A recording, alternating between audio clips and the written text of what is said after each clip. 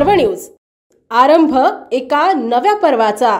कर्करोगाच्या जनजागृती कार्यक्रमांतर्गत Cow Dignity and Farmers Progress Foundation या संस्थेच्या वतीने पुण्यात राबवण्यात आलेल्या कॅन्सल द कॅन्सर या 3 दिवसीय उपक्रमाला भरघोस प्रतिसाद मिळाला। या मोफत कॅन्सर तपासणी शिबिरामध्ये एकूण 235 नागरिकांनी तपासणी केली। या तपासणीसाठी महालॅब आणि DKMS यांचे सहकार्य लाभले। तसेच ओम ब्लड बँकेच्या सहाय्याने रक्तदान एकूण 35 रक्तपिशव्यांचे संकलन झाले। कर्करोग जनजागृतीसाठी आयोजित केलेल्या परिसंवादामध्ये मुंबईचे प्रसिद्ध डॉक्टर पीयूष सक्सेना यांनी क्लिंजिंग थेरपीचा प्रयोग करून आपले आरोग्य कसे सुरक्षित ठेवू शकतो यावर मार्गदर्शन केले।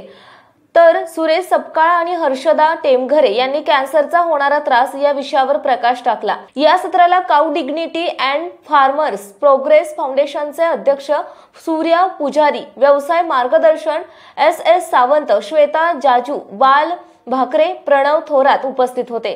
क्लिंजिंग थेरपी विषयी बोलताना डॉक्टर सक्सेना म्हणाले, आपण जगाला बदलू एवढी क्षमता आपल्यामध्ये नसली तरीही आपण स्वतःला नक्की बदलू शकतो। आपली प्रत्येक गोष्ट आपल्या हातात आहे। निरोगी जीवन पाहिजे असेल तर जास्त मेहनत करायची गरज नाही, फक्त पण नैसर्गिक कृत्य करू नका। पूर्वी मनुष्य जंगलात राहायचा, निसर्गाने जे दिलं त्यातच उदरनिर्वाह करायचा, त्यामुळे स्वस्थ राहत असे। जर आपण देखील नैसर्गिक गोष्टींचा उपयोग करायला लागलो तर आपलं स्वास्थ्य निरोगी राहिल्याशिवाय राहणार नाही।